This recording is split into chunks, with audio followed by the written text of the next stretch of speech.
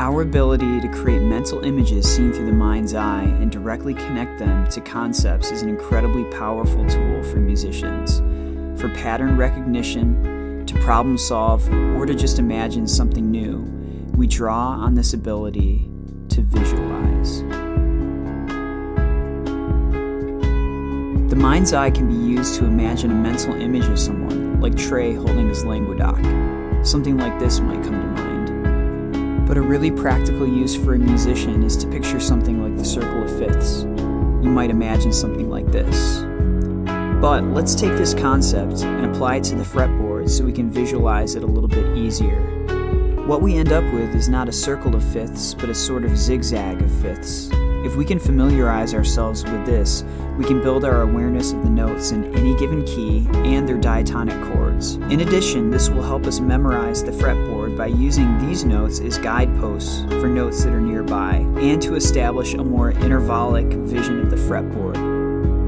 To further build this intervallic vision, imagine a major scale with its intervals expressed in both one-dimensional and two-dimensional patterns.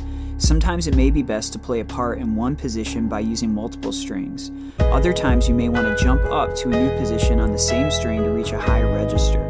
As we get more comfortable with visualizing these intervals, we can start plugging in their corresponding dyads and triads and really expand our playing.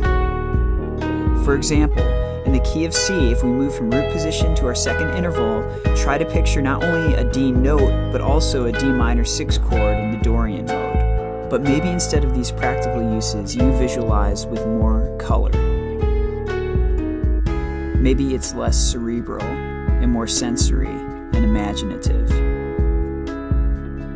We were at the UIC Pavilion in Chicago, and we were playing Divided Sky, and we got down to this quiet part where it gets silent. We're getting quieter and quieter, and then it became silence. And I had my eyes closed, and I could feel the crowd, and I started to, because improvising is you're trying to translate what's out there already, the greater pattern of things, and sometimes it feels like it's coming through a hole, and you couldn't play a wrong note if you tried, you're just floating. And at that moment, you were in the middle of it, and I started to see these colors, like, I'm not kidding, floating around in the room, and I realized that I could almost, it was silent, but I could see what we were translating. And as soon as I could see them, I started improvising, but I didn't play anything. I did everything in the sense course of improvisation except the actual notes, and as soon as I did it, the whole place erupted. It was like, and it just, tears started rolling down my face. It was at that moment that I knew that it was truly bigger than me.